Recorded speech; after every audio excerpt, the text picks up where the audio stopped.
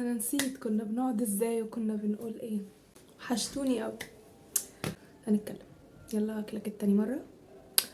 ازيكم عاملين ايه؟ يا رب تكونوا بخير. وحشتوني جدا جدا جدا جدا جدا قد البحر. عاملين ايه؟ يا رب تكونوا بخير.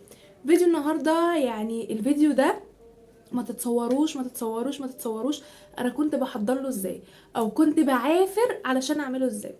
للي متابعني على انستجرام عارف ان انا نتيجتي بتاعه الكليه طلعت امبارح. طيب، نتيجتك طلعت، مبروك. هو مبروك، بس هو مش مبروك كده وخلاص. ليه بقى؟ لان انا نتيجتي امبارح طلعت وانا جبت امتياز.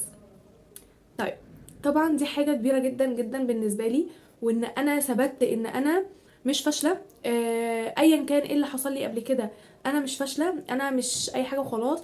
وانا زي ما كنت بقول قبل كده، انا ناجحه، وانا يعني بعمل اللي عليا، والتوفيق ده بيبقى من عند ربنا. واللي حصل قبل كده او اللي هيحصل لي عموما بعد كده، دي بتبقى حاجه من عند ربنا. يعني حصل لي مثلا ما جبتش مجموع حلو في ثانويه عامه، ده بتبقى تدابير من ربنا. معنى كده ان انا ما عملتش اللي عليا؟ لا، انا عملت اللي عليا وزياده، بس دي كانت حاجه من عند ربنا.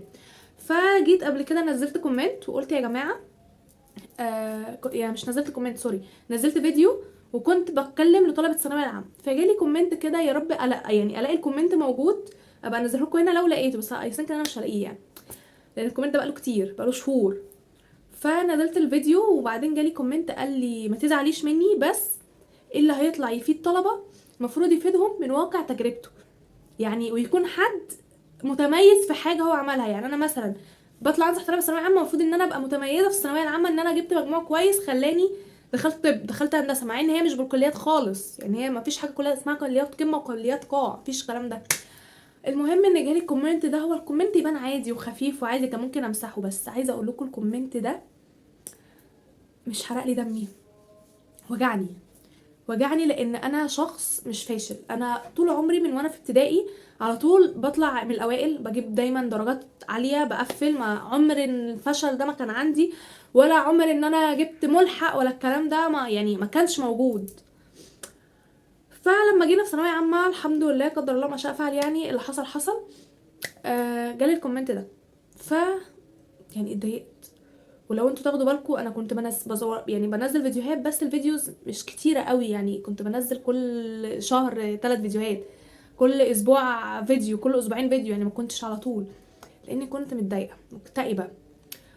ثقتي في نفسي اتهز. فقلت، حلفت كده، ويمكن انا قلتها في فيديو قبل كده، قلت لكم متميز متميز في اي حته، ومسيري هفكركم ان انا هبقى متميزه في مكان. المهم، جيت السنه دي، طبعا انتوا عارفين انا جامعتي بعيده، وريفر يعني. دخلت وبقيت بذاكر، بذاكر كويس، بعمل اللي عليا.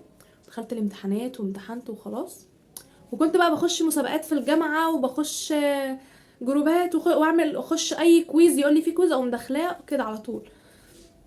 المهم، جيت امتحنت الحمد لله، امتحان الترم الاول، وكانت نتيجتي طالعه. فجيت يا جماعه، انا محتاجه بقى اعرف النتيجه، يعني اللي هو ايه، نتيجه الفرقه الثالثه طلعت والفرقه الرابعه طلعت، والعميد قال لسه الفرقه الاولى والفرقه الثانيه هيطلعوا ورا بعض. فاللي هو طب ايه، وكانوا بقى بيقولوا يعني ان الدرجات مش حلوه. فاللي هو طب يعني انا خفت كده، انا قلقت، مع ان انا حله كويس وانا خارجه متاكده. فالمهم، كلمت حد يعني من الجامعه، قلت له لو سمحت يعني اخدمني وهات لي، يعني اعرف لي بس النتيجه. فجه قال لي انا ما عرفتش اعرف التقديرات، بس اللي عرفته ان انت ناجحه.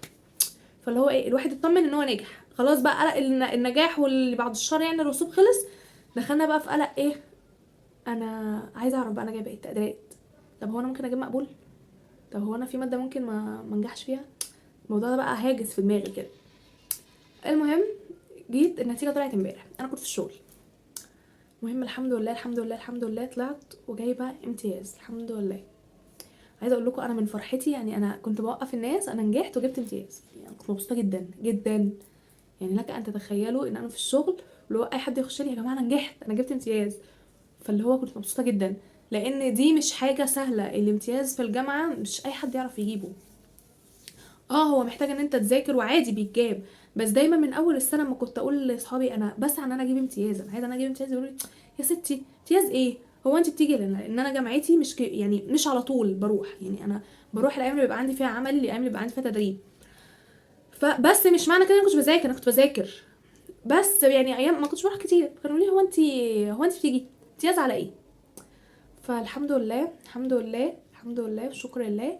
انا كده اثبت ان انا جديره ان انا ارجع اقدر تاني اقول لكم نصايح، اقول لكم فيديوهات، لان انا دلوقتي بقيت دكتوره ياسمين. ايوه انا بقيت دكتوره، وهسمي القناه عندي دكتوره ياسمين، لان انا ان شاء الله بعد ما هخلص لو ربنا اراد اتعينت معيده، ربنا ما ارادش ان انا اتعين معيده برضه هبقى دكتوره في الجامعه، انا كده هبقى دكتوره.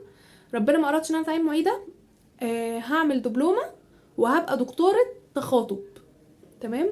يعني انا ده اللي في دماغي، انا عايزه ابقى حاجه كويسه، حاجه يعني الناس تقول احنا عايزين نبقى زيك، فده هدفي.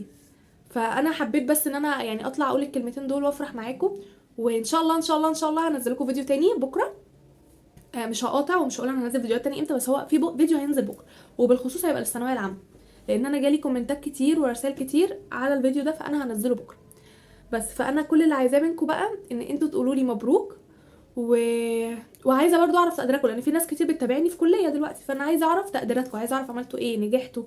اكيد طبعا كلكم ناجحين الحمد لله، بس عايزه اعرف تقديرات بقى، يعني طمنوني عليكم كده، وقولوا لي بتخططوا لايه الفتره الجايه، عايزين تعملوا ايه، تخشوا ايه. حتى طلبه الثانويه العامه ممكن يقولوا لي احنا حلمنا كذا مثلا. وان شاء الله الفيديو الجاي هيبقى ضرب نار، والفيديوهات الجايه كلها هتبقى دمار. فبس كده، ده الفيديو بتاع النهارده، يا رب بقى يكون عجبكم وتكونوا مبسوطين وفرحانين زي ما انا فرحانه، واخواتي اللي بيحبوا ياسمين واللي بيدعموها دايما عايزه اشوفكم الفيديو ده. فبس كده، ده الفيديو بتاع النهارده، يا رب يكون عجبكم وهتوحشوني جدا جدا جدا جدا، واشوفكم الفيديو الجاي واسيبكم في رعايه الله وحفظه. باي باي.